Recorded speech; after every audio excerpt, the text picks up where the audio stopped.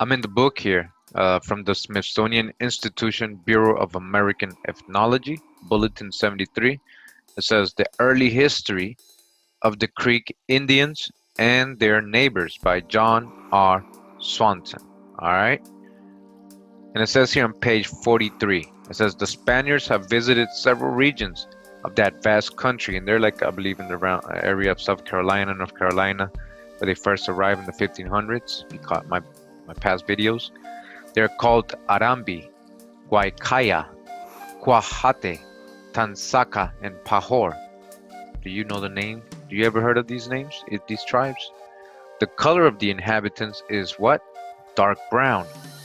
The color of the inhabitants is dark brown, dark brown. None of them have any system of writing, but they preserve traditions of great antiquity in rhymes and chants. In rhymes and chants? So we got inhabitants who are dark brown, who be rhyming and chanting. Rhyming, right? Rhyming, freestyling, chanting, rhymes, dark brown. Put it together. Dancing and physical exercises are held in honor, and they are passionately fond of ball games.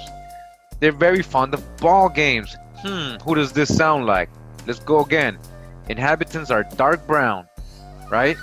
They pass their time in rhymes and chants, and they're very fond of ball games, in which they exhibit the greatest skill. They're very good at it too.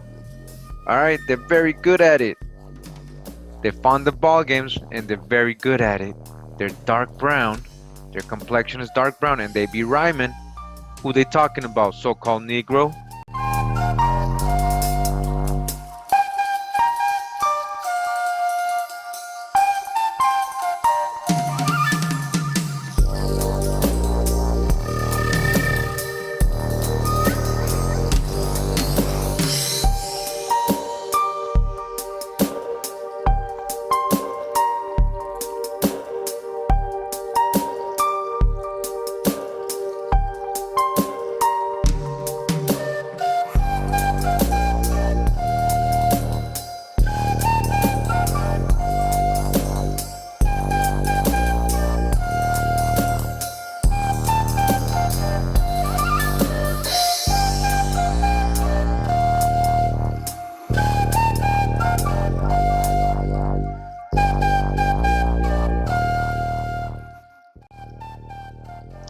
Alright, so we got this book. It says here, A Voyage of Discovery into the South Sea and Bering Straits for the purpose of exploring a Northeast Passage undertaken in the years 1815, 1818, at the expense of His Highness the Chancellor of the Empire, Count Romanov, in the ship Rurik, under the command of the Lieutenant in the Russian Imperial Navy, Otto von Kotzebue. Alright, this is volume 1, 1821. And it says here, the coast of California is inhabited by so many tribes, that there are frequently in the mission Indians of more than 10 different races, each which has its own language. All right. As we were leaving the mission, we were surprised by two groups of Indians, which were also composed of different nations. They were different. They came in military array, that is, quite naked, and painted with gay colors. The head of the most were adorned with feathers and other finery. Some of them, however, had their long, disordered hair covered with down, and their faces daubed in the most frightful manner. There is nothing remarkable in their war dance, and I only regretted that I did not understand the words of their song. The physiognomy of these Indians is ugly, stupid, and savage. Otherwise they are well formed, tolerably tall, and of a dark brown complexion. Dark brown complexion. The women are short and very ugly. They have much of the Negro in their countenance. Again, they have much of the Negro. They have much of the Negro, so-called Negro. You see what I'm reading to you? You see what is written in this book in 1821? They're talking about the Indians of California. They're telling you this is different people. There's different tribes here. There's different people here. There's light-skinned tribes and there's people with dark brown complexion. And the women of these men are much of the Negro in their countenance, have much of the Negro in their countenance.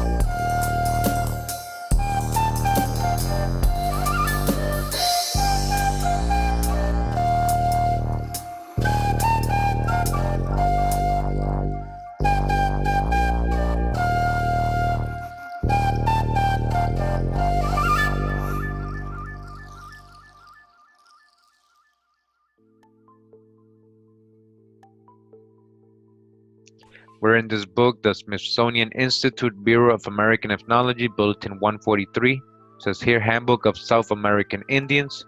Julian H. Stewart, editor, volume 6, Physical Anthropology, Linguistics, and Cultural Geography of South American Indians. It says here, the Colorado, also Chibchan, have a reddish skin color. This is to some extent accentuated by their custom of painting their faces and bodies a bright red with a color obtained by grinding the seeds of the achiote plant. Hagen, 1939, states that these Indians have generally a lighter skin color than other tribes of the upper Amazon region. The tribes living in the present country of Peru are dark brown. Again, the tribes living in the present country of Peru are dark brown, according to Eberhardt's 1910 observations. The Ayamara, living in the Andean highlands of Peru have been studied by Macmillan 1927, who speaks of them as having a swarthy brown to coppery skin or even a dark olive color. Again, swarthy brown to coppery, swarthy black, dark, swarthy brown to coppery skin or even a dark olive color. Again, the Peruvians, the Ayamara, Inca, swarthy brown to coppery skin or even a dark olive color, some being lighter with a yellowish hue,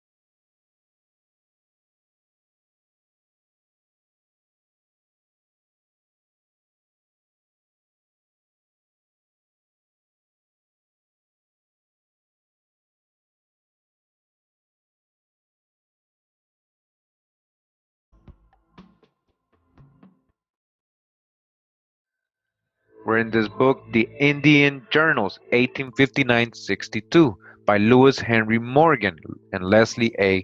White. All right, and it says, the Osage, the Osages, the Kaws, and Quapas speak the same language with slight dialectical differences. The Osages and the Kaws are both very dark-skinned. Again, the Osages and the Kaws are both very dark-skinned. All right, very dark-skinned, very dark skin.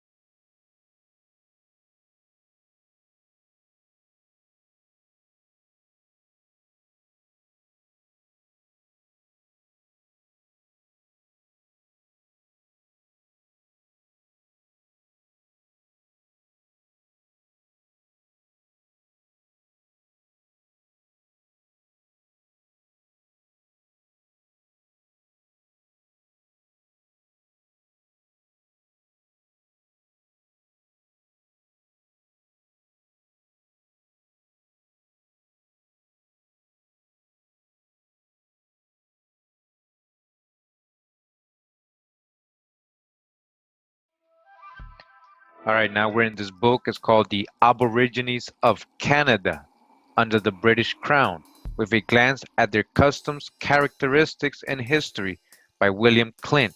Read before the Society, 23rd of March, 1878. All right, I'm going to go to this part of the book, and it says, the face was broad and flat, with high cheekbones, more rounded and arched than in the Allied type, without having the visage expanded to the same breadth. The forehead was generally low and narrow, the eyes deep, small, and of a dark or light hazel color, the nose rather diminutive but prominent, with wide nostrils, prominent nose, wide nostrils, the mouth large and lips thick, large mouth and thick lips, the expression stern and fierce. The stature through variable and different parts of the continent was in the country we now inhabit generally above the middle size in the men, though the women were usually below that standard, a fact which may probably be ascribed to the drudgery they were obliged to undergo. The color of the skin was red or copper-colored, copper-colored, a red or copper-colored, not red, right? Red men, they really mean copper-colored, all right?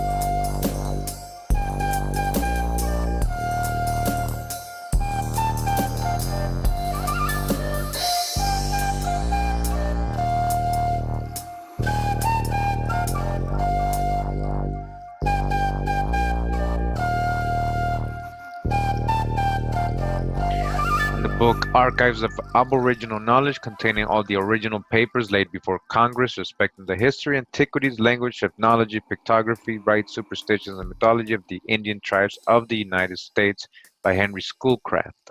So it says here that Chippewyans are sober, timorous, and vagrant, with a selfish disposition which has sometimes created suspicions of their integrity. Their stature has nothing remarkable in it, but though they are seldom corpulent, they are sometimes robust. Their complexion is swarthy. Swarthy. What does swarthy mean? Right? We learned this already. That's dark skin, black skin, Negro skin. Swarthy. Their features coarse and their hair lank, but not always of a dingy black. Nor have they universally the piercing eye, which generally animates the Indian countenance.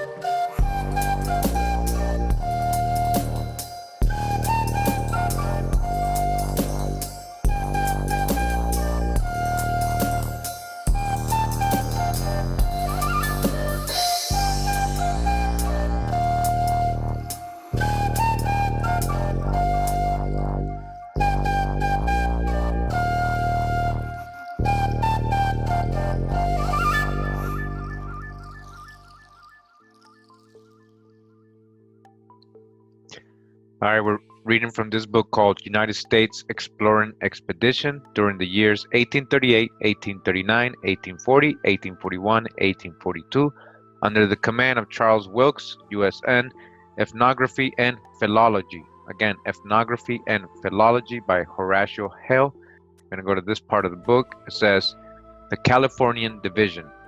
The natives of this class are chiefly distinguished by their dark color. Again, we're talking about California, right? Right, again, the natives of this class are chiefly distinguished by their dark color. Those of northern or upper California are a shade browner than the Oregon Indians, while some tribes in the peninsula are said to be nearly black. Again, some tribes near the peninsula, we're talking about American Indians, are said to be nearly black, so-called black. In other respects, they have the physiognomy of their race, broad faces, a low forehead, and lank coarse hair. They are the lowest in the intellect of all the North American tribes, approaching to the stupidity of the Australians. All right, so they're being racist, right? Right here with their comments. They're dull and indolent, phlegmatic, timid, and of a gentle, submissive temper. The experiment, which was successfully tried, of collecting them like a herd of cattle into a large enclosures called missions, and there setting them to work, would probably never have been undertaken with the Indians of Oregon, and if undertaken, would assuredly have failed. All right, you see what they did? They put ancestors in missions. All right, and that was basically another indentured servitude. They had them under there in these missions. All right, again, they were dark color. We're in the same book. All right, again, Northwestern America, page 199, as you can see here, says the Nez Perces and the Walla Wallas and the Watlapu, Cayuse and Molele, the Shoshone, Snakes, Bonaks, and the Lutnani and the Shastis, the Palaiks, and probably other tribes towards the south and east. They approach both in appearance and in character the Indians east of the Rocky Mountains, though still inferior to them in many respects. They are of the middle height, slender, with long faces and bold features, thin lips, wide cheekbones, smooth skins, and the usual tawny complexion of the American tribe.